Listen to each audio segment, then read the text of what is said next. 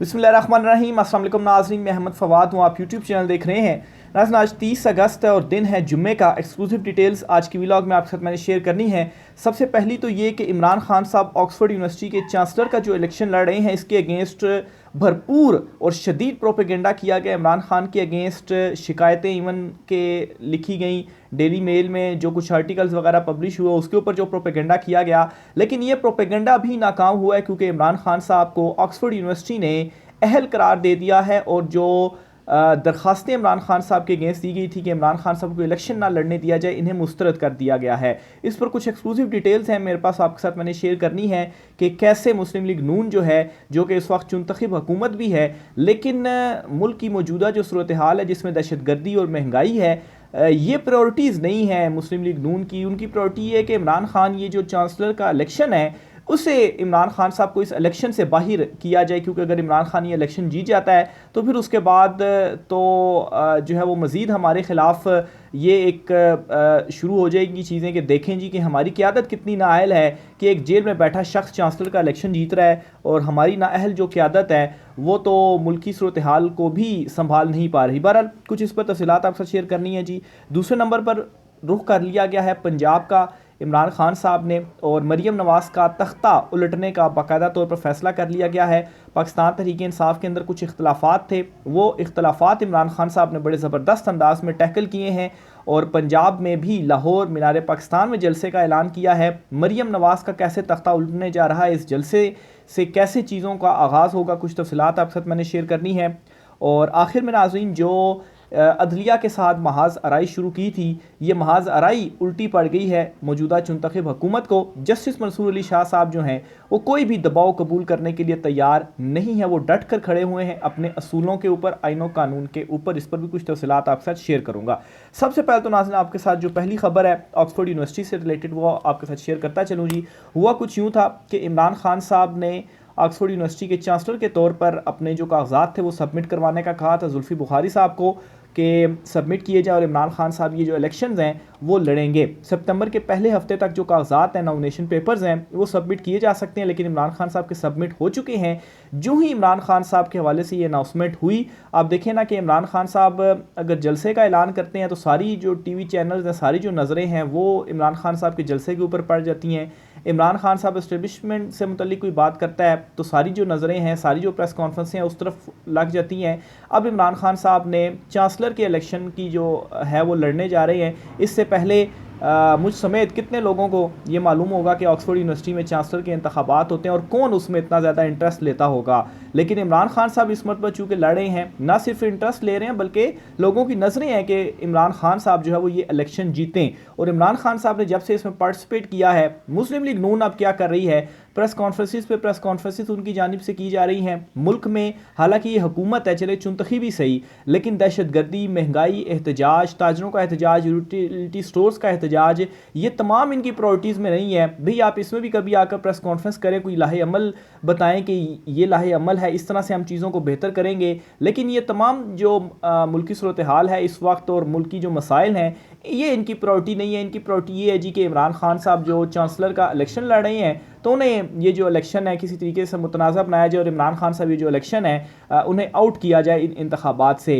इसके लिए क्या किया गया जी कि डेली मेल में एक आर्टिकल छपा और उस आर्टिकल को लेकर बड़ी प्रेस कॉन्फ्रेंसिस की गई। हालांकि ये वही मुस्लिम लीग नून थी जब इसी डेली मेल में नवाज शरीफ के अगेंस्ट आर्टिकल छपते थे तो ये कहते थे जी कि डेली मेल की क्या क्रेडिबिलिटी है और वहाँ तो पैसे देकर आप आर्टिकल छपवा सकते हैं, लेकिन वहीं पर जब इमरान खान साहब के हवाले से आर्टिकल छपा तो उसको लेकर प्रेस कॉन्फ्रेंसें भी कर रहे हैं और प्रोपेगेंडा भी कर रहे हैं, शिकायतें भी कर रहे हैं और मेल्स भी कर रहे हैं ऑक्सफोर्ड यूनिवर्सिटी को कि इमरान खान जो हैं वो तो मुजरिम है और उन्हें ये इलेक्शन ना लड़ने दिया जाए। हालांकि इमरान खान साहब के ऊपर कोई भी इस वक्त ऐसा केस नहीं है जिसमें इमरान खान साहब सज़ा याफ्ता हों, क्योंकि जिन केसेस में इमरान खान साहब को सज़ा हुई थी उनमें वो या तो सज़ा मुअत्तल हो चुकी है या इमरान खान साहब बरी हो चुके हैं। अभी इमरान खान साहब अंडर ट्रायल हैं, किसी भी केस में इमरान खान साहब कन्विक्टेड जो हैं वो नहीं है। बहरहाल जी, इस पर आज बड़ी डेवलपमेंट ये सामने आई है कि ऑक्सफोर्ड यूनिवर्सिटी ने इन शिकायत को ना सिर्फ मुस्तरद कर दिया है बल्कि इमरान खान साहब के नॉमिनेशन पेपर्स एक्सेप्ट करते हुए इमरान खान साहब को इन इंतखाबात के लिए अहल भी करार दे दिया है। यानी कि जो प्रोपेगेंडा, जो कोशिशें की जा रही थी कि इमरान खान साहब ये इलेक्शन ना लड़ें किसी तरीके से, इवन के नवाज शरीफ साहब ने डायरेक्शन दी थी जी कि इमरान खान साहब को इन इंतखाबात से लड़ने से जो है वो रोका जाए, तो इस हद तक ये चले गए थे और इस हद तक इनका बुग़्ज़ का आलम है। लेकिन इस जगह पर भी इनको जो है वो शर्मिंदगी और हज़ीमत का सामना करना पड़ रहा है, क्योंकि इमरान खान साहब को ऑक्सफोर्ड यूनिवर्सिटी ने अहल करार दे दिया है और ये इंतखाबात इमरान खान साहब लड़ने जा रहे हैं। और आप इमेजिन करें कि इमरान खान साहब के इलेक्शन लड़ने पर अगर इतना ज़्यादा कुछ किया जा रहा है, तो अगर इमरान खान साहब ये इलेक्शन जीत गए तो तब ये क्या करेंगे, तब इनकी जो मुस्लिम लीग नून की क़यादत है, और फिर उसके बाद ज़ाहिर सी बात है इमरान खान साहब अगर ऑक्सफोर्ड यूनिवर्सिटी के चांसलर बनते हैं तो एक बरतानवी यूनिवर्सिटी है उसका चांसलर पाकिस्तान की जेल में होगा, तो फिर प्रेशर और बहुत सारी जो एक चीज़ें हैं वो भी इस मौजूदा चुनतखब हुकूमत के ऊपर आएंगी कि ये क्या किया जा रहा है। बहरहाल जी, ये इमरान खान साहब से रिलेटेड ख़बर थी। और इसमें एक और इम्पॉर्टेंट चीज़ ये है कि जब ये इंतखाबात होंगे तो वहाँ पर सिकंदर सुल्तान राजा जो कि चीफ़ इलेक्शन कमिश्नर हैं, उन जैसा कोई शख्स वहाँ पर बैठा नहीं होगा जो फॉर्म 47 जारी कर देगा और कोई चुनतखब चांसलर जो है वो लेकर आएगा। वहाँ पर जो शख्स बैठा होगा, फ्री एंड फेयर उधर इलेक्शन होंगे और इमरान खान साहब जो हैं वो फेवरेट भी हैं इन इंतखाबात के लिए। दूसरे नंबर पर जी, इमरान खान साहब ने पंजाब का रुख कर लिया है। जितनी भी थ्रू आउट इमरान खान साहब की अभी स्ट्रगल या कंपेन्स वगैरह थी वो वफाकी हुकूमत के हवाले से थी, लेकिन अब इमरान खान साहब ने पंजाब का भी रुख कर लिया है। और मरीम नवाज़ जो हैं वो पैनिक होने जा रही हैं। इमरान खान साहब कहते थे ना कि मरीम नवाज़ जो है ये हमारी 12th मैन है, क्योंकि मरीम नवाज़ हमेशा पैनिक होकर ऐसे काम करती हैं जिसका फ़ायदा पीटीआई को होता है। तो पाकिस्तान तहरीक इंसाफ ने 15 सितंबर को ऐलान कर दिया है कि वो लाहौर मीनार पाकिस्तान में जो जलसा है वो करने जा रहे हैं, और 15 सितंबर के जलसे से पहले 8 सितंबर का जो जलसा है वो इस्लामाबाद तरनोल के मकाम पर किया जाएगा। और यहाँ से जो माहौल है वो बनेगा, और माहौल बनने के बाद जो 15 सितंबर है लाहौर मीनार पाकिस्तान का जो जलसा है वो किया जाएगा। प्रेशर जो है वो इस जलसे से पहले बढ़ाया जाएगा, क्योंकि इस जलसे को किसी सूरत में भी ये रोक नहीं सकेंगे। खुद जो एडवोकेट जनरल है उन्होंने इस्लामाबाद हाई कोर्ट में यकीन दहानी कराई है जी कि हम इजाज़त देंगे और ये वहाँ पर जलसा कर सकते हैं। और इमरान खान साहब ने भी दो टोक ये ऐलान कर दिया है कि कुछ भी हो जाए अब जलसा मनसूख नहीं होगा और 8 सितंबर को जलसा किया जाएगा। तो इस जलसे के साथ ही 15 सितंबर को रुख कर लिया इमरान खान साहब ने पंजाब का, और पंजाब में जलसा करने जा रहे हैं मीनार पाकिस्तान के मकाम पर। अब जी 2-3 चीज़ें हैं जो कि होने जा रही हैं, और 2-3 चीज़ों के ऊपर बड़ा पाकिस्तान तहरीक इंसाफ के ऊपर भी सवाल किया जा रहा था कि पंजाब में जो इनकी लीडरशिप है वो है नहीं या तकसीम है, इस वजह से पंजाब में उस तरह से मुतहरिक नहीं थे। एक तो जी इस जलसे के हवाले से इमरान खान साहब ने ये कहा है कि ये जलसा इस तरह से नहीं होगा कि जो पंजाब का सदर है या जो पंजाब के ओहदेदारान हैं उनकी ज़िम्मेदारी है कि वो ये जलसे को कामयाब बनाएं, बल्कि इमरान खान साहब ने ये कह दिया है कि ये ज़िम्मेदारी जलसे की हर किसी की है। जो MNAs MPAs टिकट लेकर आए वो जीते, ये ज़िम्मेदारी उनकी है, यानी कि किसी एक शख्स के ऊपर या इंतज़ामिया के ऊपर इमरान खान साहब ने ये नहीं फेंका जी कि आप इस जलसे को जो है वो करवाएं और ये जो जलसा है वो कामयाब होना चाहिए। कामयाब तो खैर होगा ही होगा, लेकिन मेन चीज़ ये थी जी कि ये जो जलसा है वो हो जाए और उस जलसे के इंतज़ामात वगैरह और ये तमाम तर चीज़ें कौन देखेगा। तो जो इस वक्त पाकिस्तान तहरीक इंसाफ में तकसीम भी है, क्योंकि पंजाब की सदारत के हवाले से भी तकसीम है जी, सब लॉबिंग वगैरह अपनी अपनी कर रहे हैं कि वो पंजाब के सदर बन जाएँ। अहमद चट्ठा साहब हैं, शेख वकास अकरम वगैरह हैं। बहरहाल ये नॉर्मल चीज़ें पार्टी के अंदर चलती रहती हैं, लेकिन इमरान खान साहब ने इन तमाम तर चीज़ों को काउंटर करने के लिए क्या किया, कह दिया जी कि जो MNAs MPAs जो कारकुनान हैं वो ख़ुद इस जलसे के अंदर आएँ, जिन्होंने टिकट लिए हैं वो ख़ुद सारे फ्रंट पे होने चाहिए। तो वो जो तकसीम का एक जिससे इम्पैक्ट पड़ना था वो तकसीम का मामला ही इमरान खान साहब ने टैकल कर लिया, वो चीज़ ही अब ख़त्म हो गई। फिर दूसरी तरफ जी इमरान खान साहब ने स्पेशली लाहौर के लिए जो तंसीम साजी है वो कर दी है, और वहाँ पर महर शराफत वगैरह को जो है वो ज़िम्मेदारियाँ दे दी हैं, और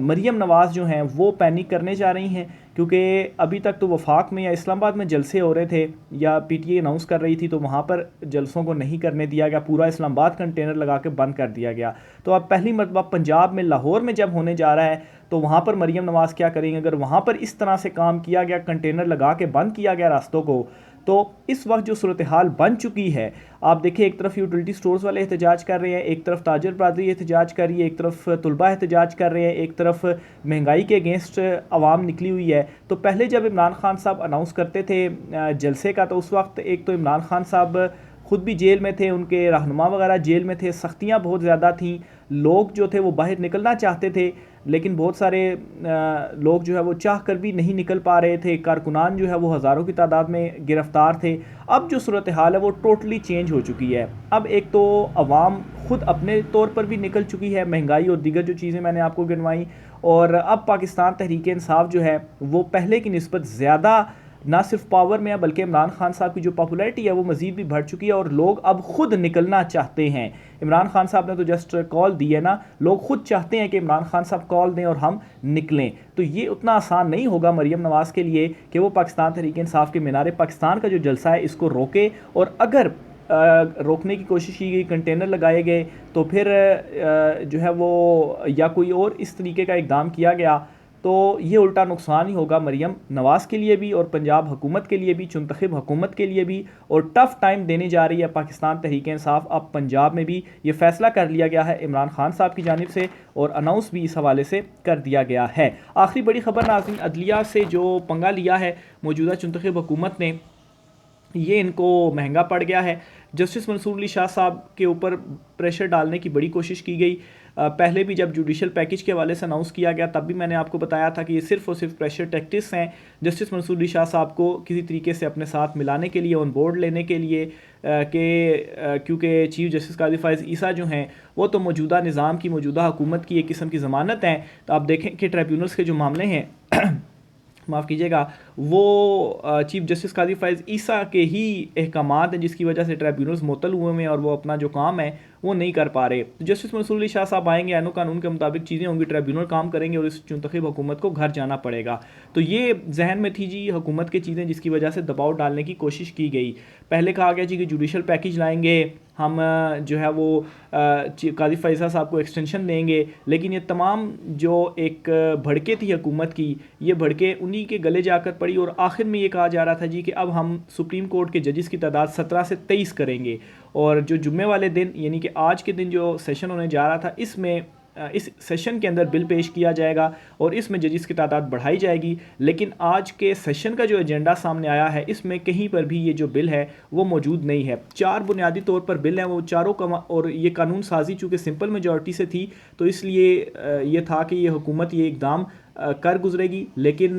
जस्ट ये प्रेशर टैक्टिक्स थी, हुकूमत ये काम नहीं करने जा रही। जो एजेंडा सामने आया उसमें जो 4 कवानीन आज पेश किए जाने हैं, जो तरमीम की जानी है, उनमें ये जजिस की तादाद बढ़ाने वाला कानून नहीं है। 4 कौन कौन से आपके सामने रखता हूँ जी। एक तो ये है जी कि कौमी असम्बली सेक्रेटेरिएट के मुताबिक गैर मुल्की सरकारी दस्तावेज़ात के कानूनी जवाज़ के ख़ात्मे पर कन्वेंशन को मौसर बनाने से मुतल्लिक बिल की कौमी असम्बली से मंजूरी ली जाएगी। डिप्टी वज़ीर-ए-आज़म इसहाक डार जो है वो ये बिल मंजूरी के लिए पेश करेंगे। भंग कंट्रोल और इंज़बाती अथॉरिटी बिल 2024 वज़ीर दिफ़ा ख्वाजा आसिफ की जानिब से मंजूरी के लिए पेश किया जाएगा, ये दूसरा बिल है। और जो तीसरा बिल है जी उसके मुताबिक टेलीकम्युनिकेशन एपलेट ट्रिब्यूनल क़याम का बिल 2024 और निजकारी कमीशन तरमीमी बिल 2024 को भी कौमी असम्बली से जो मंजूरी है वो ली जाएगी। और जो वफाकी वज़ीर हैं IT शीज़ा फ़ातिमा वो टेलीकम्युनिकेशन एपलेट ट्रिब्यूनल क़याम का जो बिल है वो पेश करेंगी, जबकि वज़ीर निजकारी अब्दुल अलीम ख़ान निजकारी कमीशन तरमीमी बिल मंजूरी के लिए कौमी असम्बली में पेश करेंगे। तो ये 4 बिल हैं जी, ये 4 आज पेश किए जा रहे हैं। तो कोई जजिस की तादाद बढ़ाने के हवाले से जो बिल है वो पेश नहीं किया जाएगा। हाँ ये है कि नेक्स्ट वीक में भी सेशंस हैं, अगर नेक्स्ट वीक में कोई इस तरह का काम किया जाता है या